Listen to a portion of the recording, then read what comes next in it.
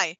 So normally I post these onto the VODs that they're associated with. So the last time that I was on a VOD, I had just finished the Trout Derby. And so all of this is what has happened between the Trout Derby and the fall like festival, the whole Grange display and everything like that. And I realized as I was editing and chopping things up and everything like that, I had 40 minutes of footage of just stuff that I recorded off screen. And I just decided, you know what? I'm not slapping all of this onto a single thing. Nothing personal. I'm not slapping this onto a VOD. I would rather just push it out on its own because it's annoying enough doing it with just a regular VOD. 41 extra minutes is just going to make it take forever. So this is going to be put up today, and then the actual fall VOD is going to be put up on Friday. So I'm going to go ahead and start like the little recording. This has all been pre-recorded, but this is just me going over what I dealt with. So we did a lot of fishing. We did so much fishing. Demetrius is the main source of my fishing issues, along with like dealing with the puffer fish and the crimson fish. We also did a bunch of cutscenes like this. So for this situation right here, Kit had a little issue with the whole, PTSD war vet thing and the popcorn. The popcorn kind of set him off, kind of reminded him of gunfire. And so he's having a few moments just to talk about his trauma. And I don't really have anything to really say about this. Like, I feel like it kind of says enough on its own. Like, PTSD is terrible, and especially for war veterans. So, like, I don't want to say anything that would, like, seem, like, insincere or anything. So I think I'd rather just let this one play out. But I know there's quite a few people around my neighborhood that are military, so I understand like this kind of problem. It's definitely not me. I will say I am kind of confused about how he figured out that I was lying for this because I didn't know whether it was good to say I know you're hurting, but don't blame your wife, or to just lie about it. Because I thought that maybe telling him that he was claiming that he was blaming his wife might actually upset him more. So I just told the lie, and that turned out to be the wrong answer. That turned out to be the wrong answer. So and it's interesting because I know there's another character I lie to later, and she's fine with it. So I just wonder how he figured out I was lying. Or maybe he was just in such distress that he just kind of assumed that I was lying. I'm just kind of confused about that. But either way, we also have a Linus event here. Linus surprising like Robin by being outside of her house. I mean, he lives in a tent next to you, so I guess you see him all the time. But I guess it is surprising him so close.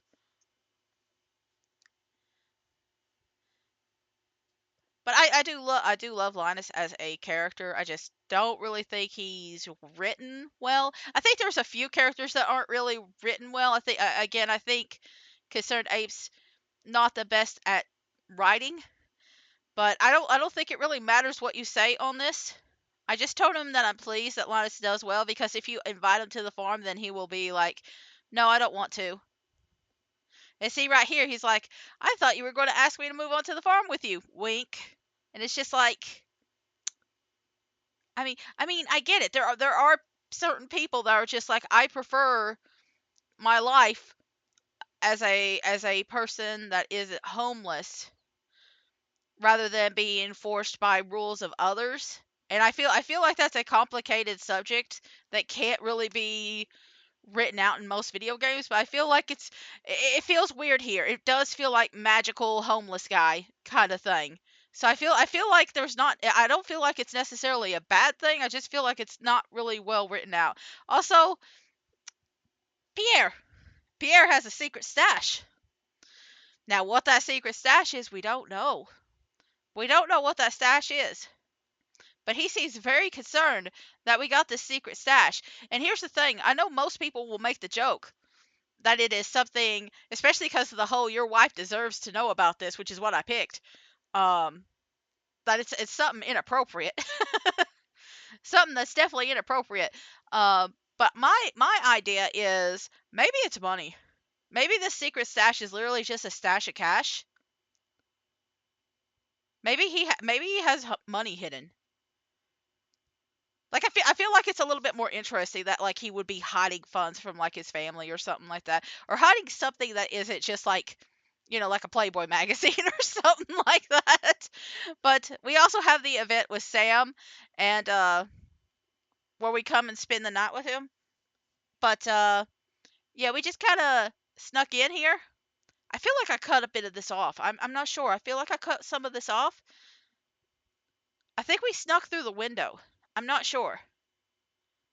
I could be forgetting, but either way, Jody doesn't know we're here. Jody doesn't know we're here, and so we just get in the bed. You think my hat would get out would be very obvious. You think the hat would be very obvious. I guess he just hides. I guess he just puts his like body over my head or something like that, and that's just like how he hides it. That explains why you're all wet, red and sweaty. Oh man. Okay. I do love Sam's like little dorky, dumb looking face when he gets like embarrassed and stuff. That little like rubbing his head sort of animation and stuff like that gives him a little bit more character personality. Anyway, yeah. this isn't the only this isn't the only character we do this kind of interaction with. And in fact, the other one we'll be doing in the same episode. So like, yeah. Yeah, that's a thing. That's a thing that we're doing right there. Anyway, after we get done hugging in the bedroom, we go and visit Maru. Listen, the time doesn't change, so we can't really. I mean, you could technically, but we're not going to talk about that. But we're going to go visit Maru after all that. We're going to go visit Maru after all that, and we're just going to take a look at the stars, cause stars are nice. Stars are nice and wholesome, and I don't know if either one of the. I think the Cold Dark Abyss would be kind of cool too. You know what? Sebastian often talks like Maru's like perfect and does everything right, but a lot of times I find that Maru and Sebastian actually, like personality wise, seem to be very similar. Because I think if you said Cold Dark Abyss, I think she also is just like, yeah, I vibe with that. But like she's also like very depressed. Like she has a lot of anxiety and stress in her life too. The difference is that like she's expected to do something more with it, and Sebastian's just kind of the programmer that lives in the basement. So I feel like the expectations of them are different, but personality wise they're very similar to each other. Hey, look, a planet. So um yeah, that's pretty cool. That's pretty cool. We'll probably see the stars again sometime. And then there's the D&D thing. Listen, I know it's I guess is it technically D&D?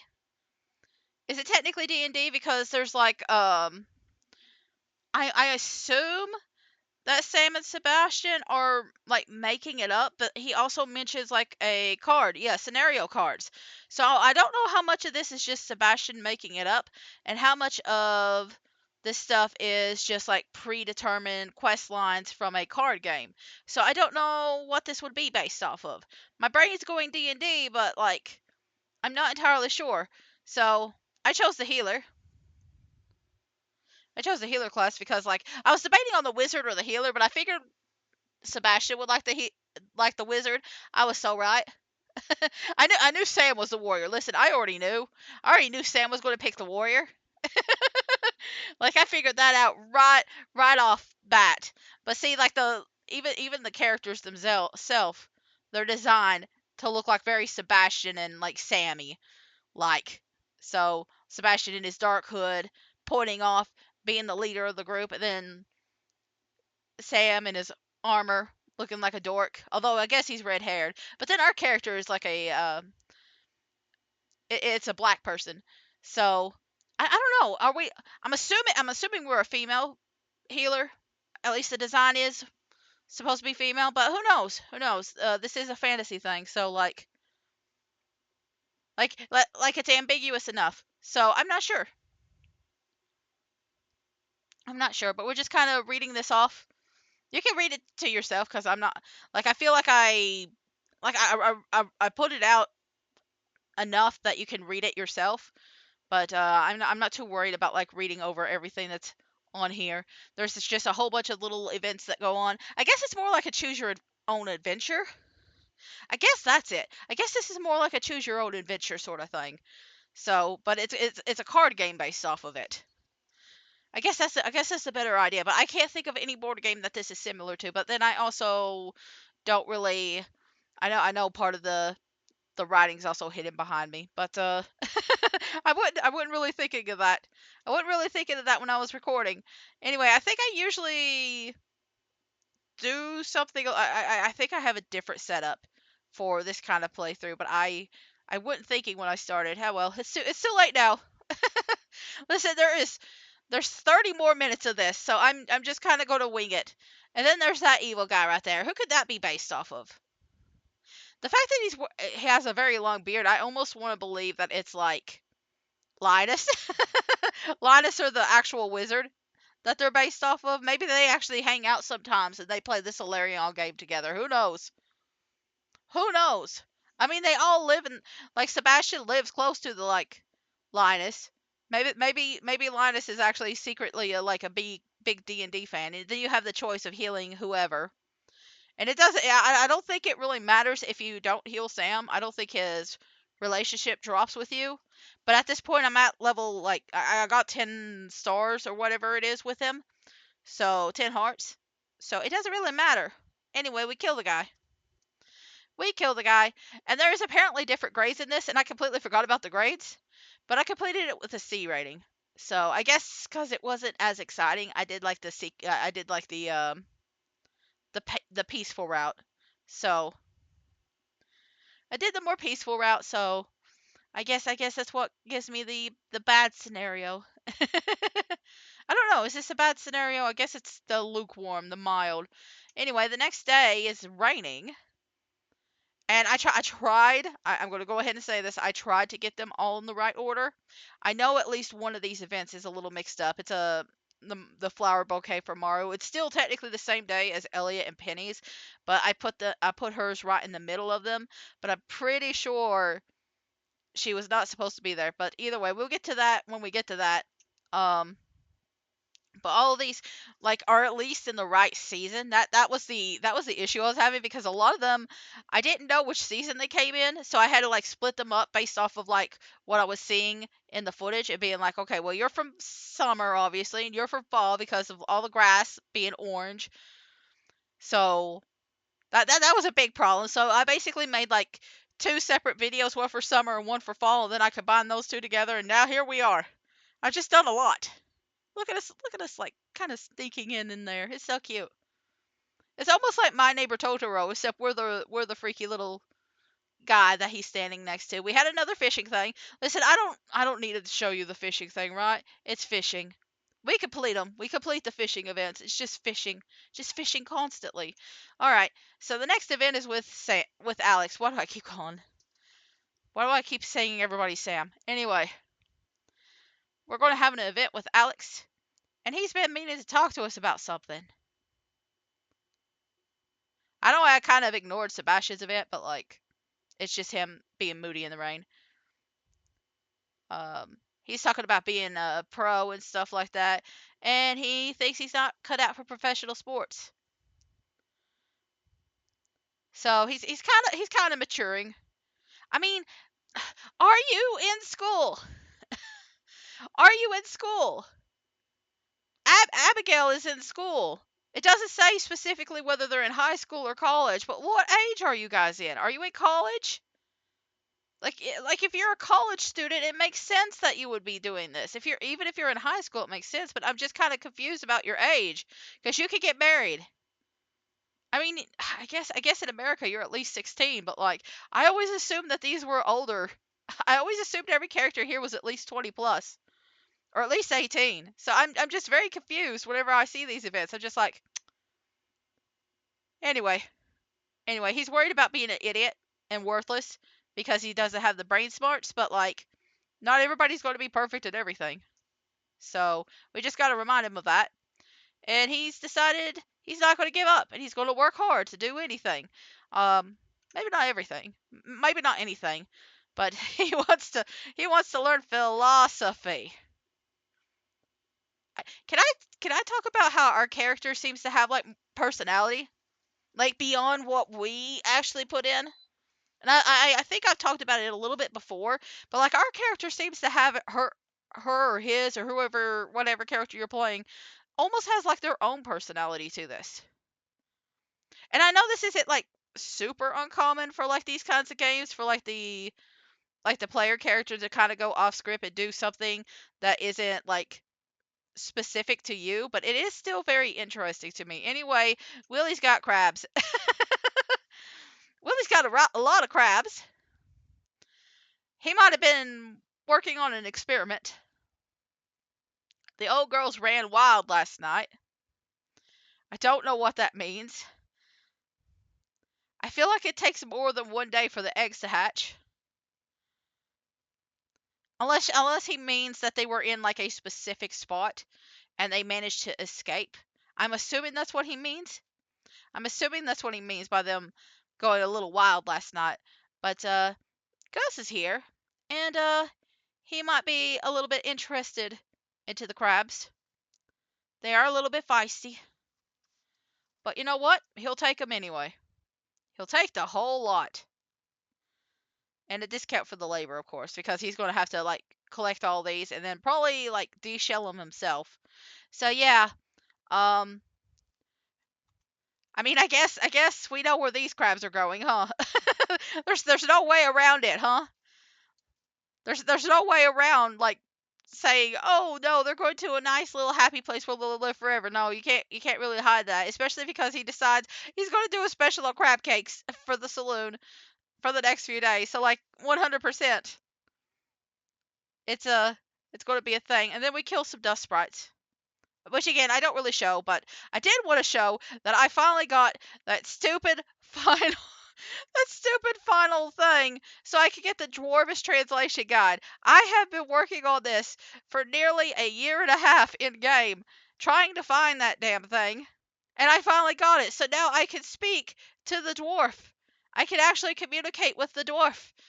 It's kind of interesting because it only took like a single book that I probably read in like 5 seconds, and then all of a sudden I know how to read the book.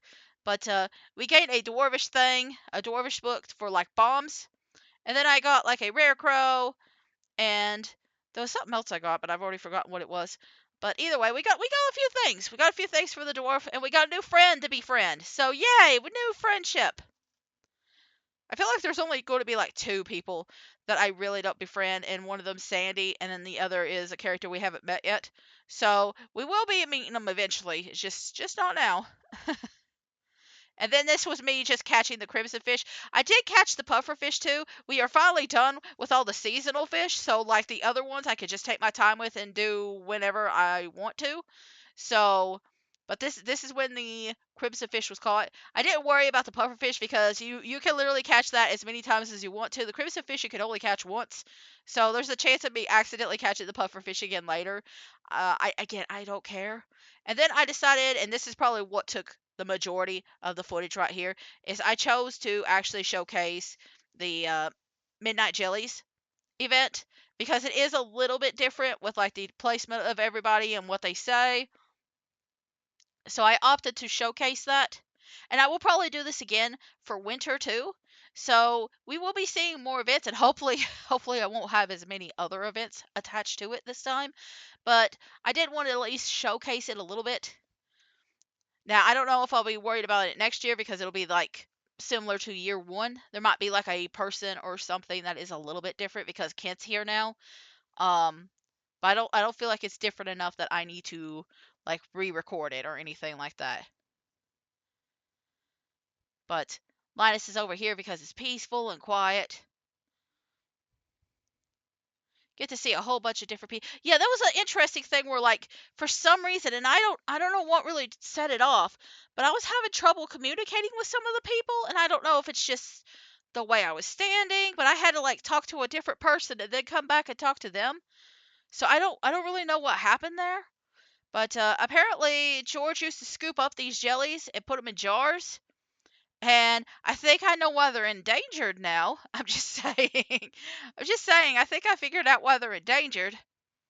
Um, I mean, I guess they're kind of like the fireflies, but it's like a jellyfish. But still, I hope they at least put like a hole into the jar or something like that, because otherwise that's really screwed up.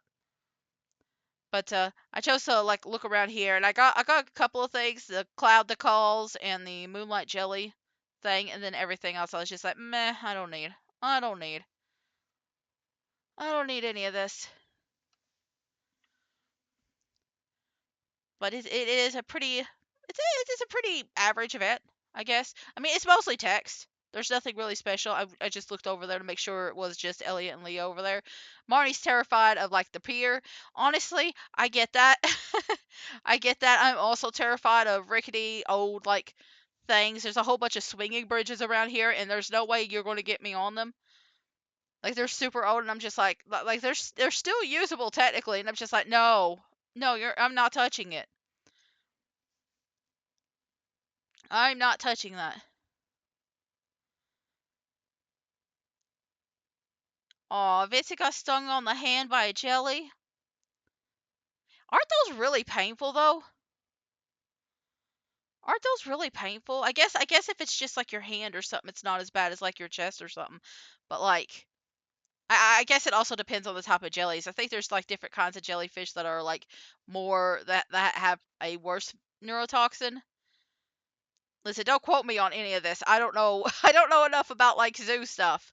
I don't know enough about like a jellyfish anatomy and stuff like that. I just always heard that like, hey, if you get stung by a jellyfish, it's going to hurt like heck.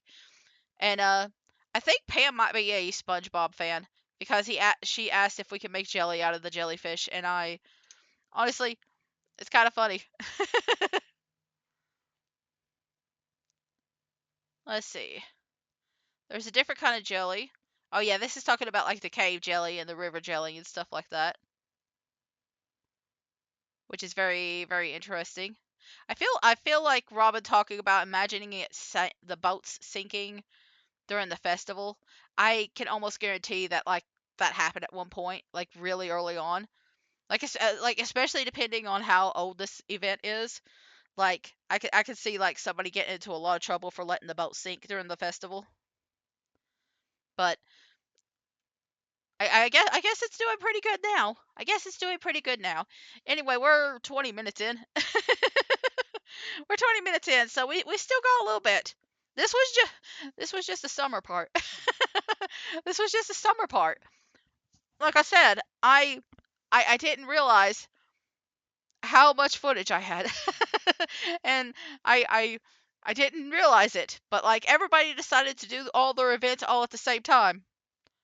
So yeah, fun. Anyway, at least the jellyfish are pretty. The jellyfish are definitely very pretty.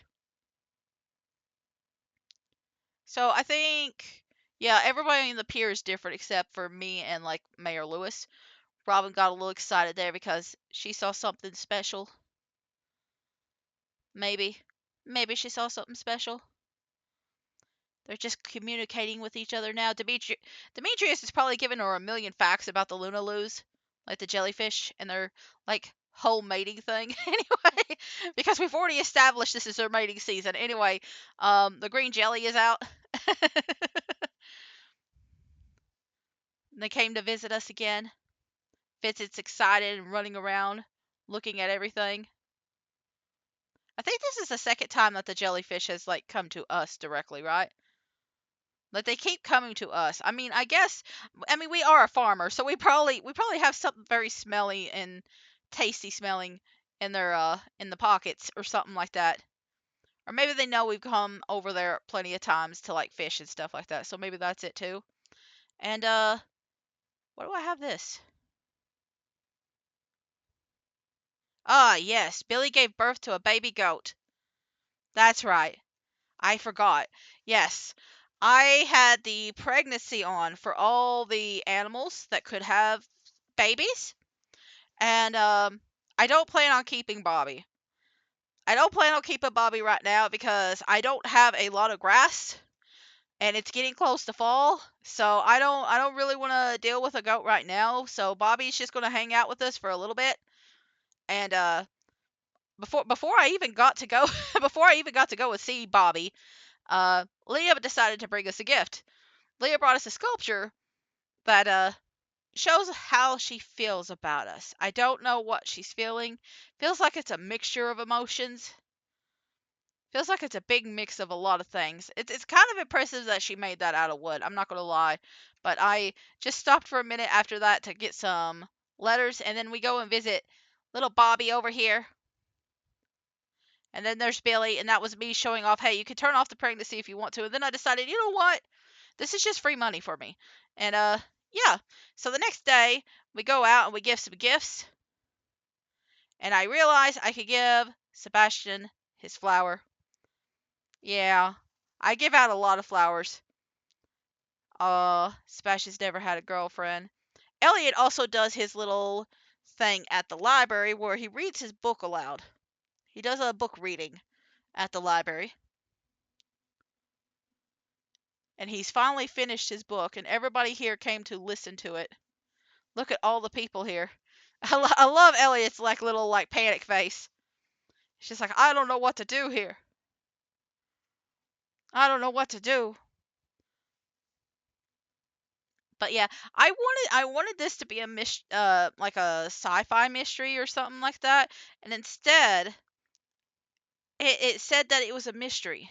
So I'm a little confused on whether I accidentally misclicked it or something like that, or if it actually both calls it a mystery, because this is his book, A Blue Tower, a mystery novel set in a surreal dystopian future, which could be still a sci-fi book. So maybe they all are mysteries. Maybe they all are the same genre, but you get to decide like what kind of drama are they? Are they like a mystery that is like pure mystery, like old school like Sherlock Holmes? Or are they a mystery romance, or are they a mystery sci-fi? So I'm just not really sure. I'm a little confused. I'm a little confused about that. I'm going to be honest with you. So it is kind of funny that we get to pick out what books he's going to write. Like I feel like he would be more the romance novel person, but that's also because he kind of looks like Fabio, and I think that's kind of what he was inspired by, is Fabio. Like look at him. He's just got Fabio coded everything to him. So like everything about him is Fabio coded. So yeah, I actually gave the gift to Maru first of the flower bouquet, but I got a little mixed up in my recording. So I gave it to Elliot first. Yeah, see, we kind of time traveled a little bit back here. And then I accidentally spelled, I accidentally went a little too fast and missed part of Maru's event. And that wasn't the only one today. We also did Penny. So this is after Elliot. And then we did Penny's event. So, surprise! Just 3 in one day. I I'm surprised. Listen, I'm going to be getting a rabbit's foot into my inventory soon, because once you have 6 of one gender, there's a chance of an event happening, and if you don't have the rabbit's foot in your pocket, it's going to be a very bad event for you, where everybody's mad, and I don't really want people to be mad in this event, in this gameplay. I don't really want to be mad in general, but but if you have the rabbit's foot in your pocket when the event happens, it's actually a good event. So Shane is doing a little advertisement competition for $10,000, and he wants us to help out by being like a little background character, give it a little bit more authenticity. Clint is anxiety riddled because he's doing this with Emily, which, how did Emily and Clint get together for this thing anyway? How did Clint get added to this? I'm assuming Emily is trying to push him and trying to motivate him. That's the only thing I could think of. Anyway, we're trying a Joja Blue Cola. I don't know if sorbitol is a good thing. And if it's cheaper than water, that means it's free, right? And Joja headquarters has determined Joja Blue does not cause a significant erosion of the stomach lining. So you can drink it whenever you like, as much as you like. Uh-huh. So, it's totally fine to drink, huh? Based on what Joe just said, in their own headquarters, with their own science and medical team, huh? Just, oh dear. Oh dear. Listen. I mean whatever helps Shane earn that money, but unfortunately, I feel like it turns them blue pretty quickly. And then we got this little event with Leah. Poor Clint. Listen, poor Clint. Turn him blue. I mean, he's always blue, but a different kind of blue this time. And she wants this fruit, which what kind of fruit is it? I didn't even know that tree had a fruit until like we do this. And it turns out we're super strong. Probably from all the like farm work and stuff like that. But yeah, we are like super strong. And she just jumps on her head because that's totally normal, just jumping on your head. And we get a slice of the little thing and it shows up as an apple. So maybe it's an apple tree, but it doesn't grow anything throughout the rest of the year. So it's kind of confusing. We got a little surprise from Harvey. I think this is his final event too. What like we did Sam's final event and this is Harvey's final event. There's one other character. There's one other character that we're going to do the final event for. Give it a minute. Um, but he's decided in the rain during a storm, he's going to hire a hot air balloon. This is the guy that's terrified of balloons and heights. Well, he's not really terrified of balloons, but he is terrified of heights. So he's gone out in the rain during a storm, and he's taking us out on a flight for 2 hours in the rain during a storm. I mean, I guess it's not storming because I haven't seen lightning, but I know it's raining, and I'm just like, this feels very not good. This feels very not safe. But he wanted to go on a balloon ride. He saw the ad in the paper, and I'm just like, aren't you afraid of heights? I do say that. Also, why did the guy leave? Why did the guy trust us enough to be in the air alone with his balloon? Like I feel like his priorities were a little bit displaced. He seemed to be more interested in like the drinks. But either way, it does not take long for Harvey to start. Yeah, there he goes. There he goes. He starts panicking. Why are you even here? Like I get, listen. If you are somebody that is struggling with a phobia or something, you got to take it slow. You got to take it slow with these kind of things. If you have an intense phobia or something, do not go out and do the crazy extreme thing. That will not. This doesn't work. You gotta take it slow instead of going on like a hot air balloon. Just like go climb a mountain and then look down or something like that. Go from like a place that's like a little bit higher than normal and see if you could be comfortable doing that, and until you can like work yourself up to this. But like like it's sweet of him to actually try. Listen, I feel like I'm really attached to Harvey. I do love Harvey. Not so much the mustache, but like I'm just he's a good person. Look at him. He's got that cute little face right there. That little emote, that little blushy expression. It's very cute. But I get the feeling he's going to panic again. Yeah. Oh, oh. This this usually doesn't work, by the way. This usually you try this sort of thing in real life to deal with a phobia. This is usually not the way it works. I thought for sure that the birds were going to pop the balloon or like land in it. Look how bad the balloon looks. Look how bad the balloon looks, okay? Look how bad that balloon looks. It's covered in holes and patches. Like all it takes is one false step and it's just going to go all over the place. I don't even know if you could hear that, but I was just trying to make like a little whooshing sound or something like that. But hey Harvey, I know you know a lot about planes, but do you know anything about balloons and how to get them down? Surely you know. Again, why is that one guy? Oh, we gave him a kiss. Oh, we gave him a kiss. Why is that one guy left? You think you think that would be important? we also had to bring maple syrup. That was what the sign said to the thing, and I just decided to go ahead and do it. This was one of the secret notes, so I just decided to go ahead and do it because I knew what it was going to give me, and it is talking to the bear. And he says we got a little forest magic in him. He says we got a little, yeah, we got a little bit of forest magic. That tonic that the wizard had us take, it definitely did something to us. It definitely did something to us. But yeah, we can talk to the bear now. We can communicate with the bear. But just because we're able to communicate doesn't mean we're comfortable with him. Like it's why does the bear look so buff? Can I say that? Is that weird? Why does the bear look like he? Why does he look so sus? I'm just saying. I'm just saying he's kind of drawn in a very interesting way in that picture.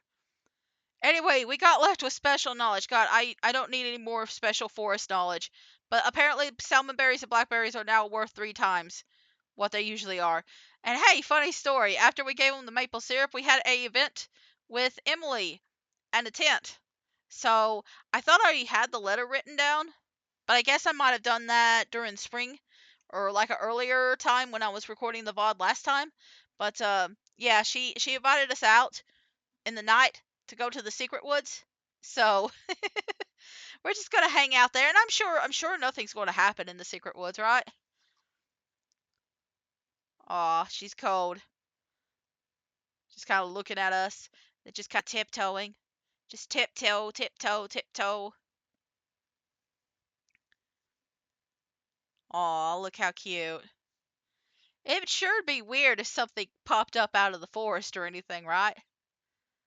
It would certainly be weird. Hey, look, it's the bear again. It's the bear again. I don't know what. Well, I mean, I guess we're afraid. I wonder if it's the same bear. I'm assuming it's the same bear. It looks like the same bear, but maybe he told the other people about the maple syrup bringer, and so they're like, "Hey, you got any more of that maple syrup?" Maybe that's what he was thinking. So, but I guess hiding in the tent was enough to like scare him off. They're just like, "Oh, my object permanence is gone. I can't see them, therefore they're not here." And now we're stuck in the tent together tonight. So here's the funny thing. With Sam, the event ends and you can continue going on in your day.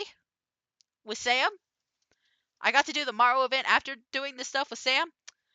It's it's a little different with Emily. It's a little different with Emily. You see, you do this event with Emily, and yeah, the day the day ends. The day ends. So not only does the day end, it takes you back home. So thanks for joining me last night. I had a great time. I'm actually glad that bear showed up. Huh? Yeah, I'm sure. I'm sure you do. I'm sure you do.